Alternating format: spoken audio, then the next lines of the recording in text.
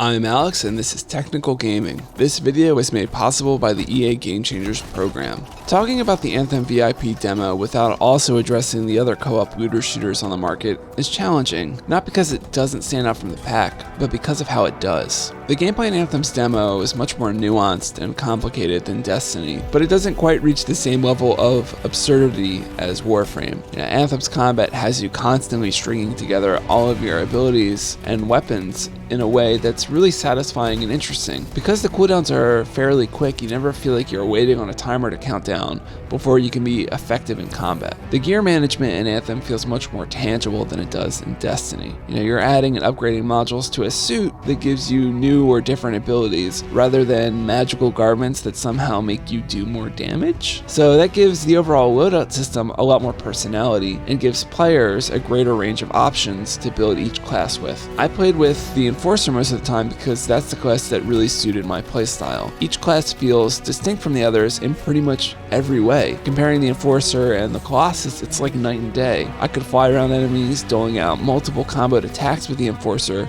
but the Colossus forced me to be less mobile. The trade-off, of course, is the Colossus hits way harder than the Enforcer. World traversal is really important to the looter shooter genre. Most of these games take place in large open world environments, so how you get around is really important. In Anthem, world traversal is intertwined with combat instead of being a distinctly separate thing in its utility. In Destiny, you get around the world on a speeder bike that becomes totally useless when you get into combat. Anthem has you constantly using the jetpack system both as a means to get from point A to point B and also in combat. It adds another layer of complexity to the combat that's really freeing and opens up how you approach each situation in a way that most games in this genre just don't do. Overall, I'd say Anthem is a much more grounded and engaging gameplay experience than some of the other games in the genre, but it also suffers some of the same tropes as those other games do.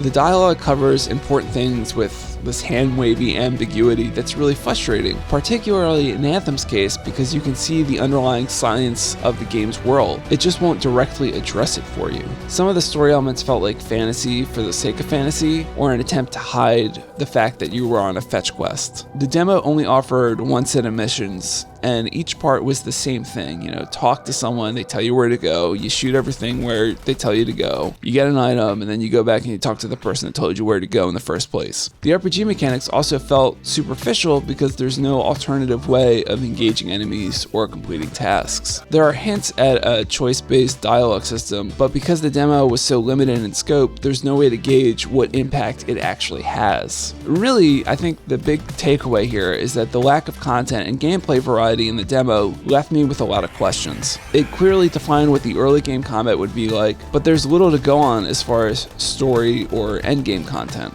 I wish there was more meat to the demo, but I still had a fun time, and I could see hints at how deep the game really is. The limited gameplay systems in the demo had a lot to offer for how limited they were, which is really promising. The bottom line is I think the demo showed a lot of promise in terms of what the actual game would be like on release, but at the same time it really didn't give us enough to have like a tangible, quantifiable evaluation of the game. I can see all of the potential it has to offer, but I can't really tell you if it lives up to that potential.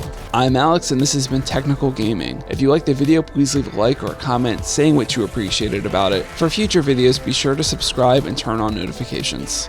Thank you for watching.